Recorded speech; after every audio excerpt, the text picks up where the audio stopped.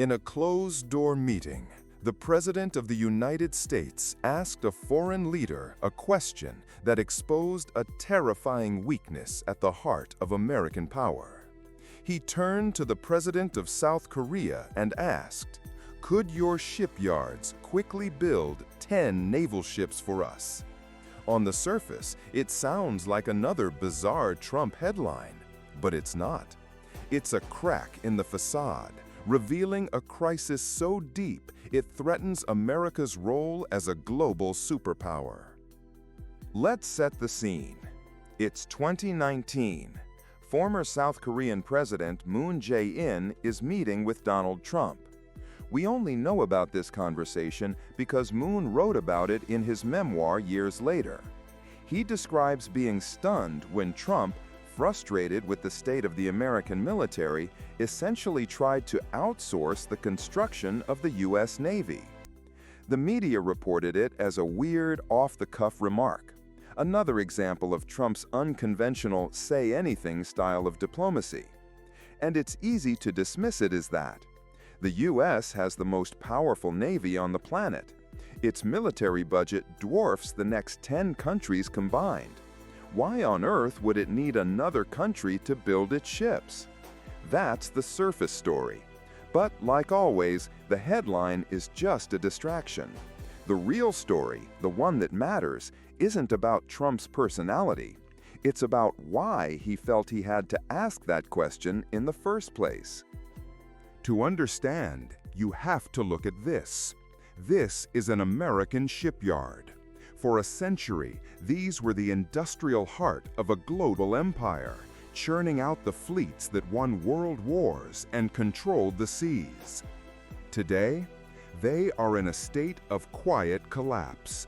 The U.S. currently has just 7 private shipyards capable of building large naval vessels. In World War II, it had over 50. The few that remain are plagued by crippling delays and astronomical costs. The USS Gerald R. Ford, the newest aircraft carrier, was delivered 3 years late and nearly $3 billion over budget. Attack submarines are years behind schedule.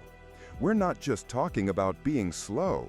We're talking about a national security crisis hiding in plain sight. The U.S. Navy itself has stated it needs a fleet of 381 ships to meet global threats, particularly from a rapidly expanding Chinese Navy. Right now, it has under 300, and it's struggling to even maintain that number as old ships retire faster than new ones can be built. Meanwhile, what about the country Trump called? This is Hyundai's shipyard in Ulsan, South Korea. It's the largest in the world. South Korean shipbuilders are global titans, known for building complex, high-tech ships faster and often cheaper than anyone else. So Trump's question stops sounding so crazy. It sounds desperate. He was the commander-in-chief, staring at a spreadsheet that told him his industrial base was failing, and he was looking for a way out. So why is this happening? Why can't the United States, a country that put a man on the moon, build its own ships on time and on budget? The answer lies in a powerful, almost invisible piece of legislation from 1920. It's called the Jones Act. On paper, it sounds patriotic. The law mandates that any goods shipped between 2 U.S. ports must be on ships that are built in the U.S., owned by U.S. citizens, and crewed by U.S. citizens.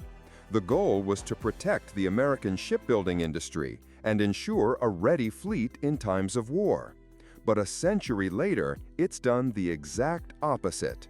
By creating a protected monopoly, the Jones Act has shielded American shipyards from global competition.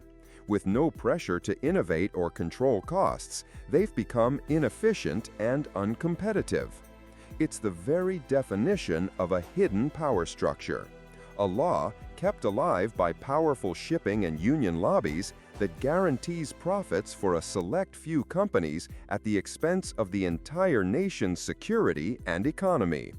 You, the taxpayer, pay for it in the form of insanely expensive ships, and the U.S. Navy pays for it with a shrinking fleet.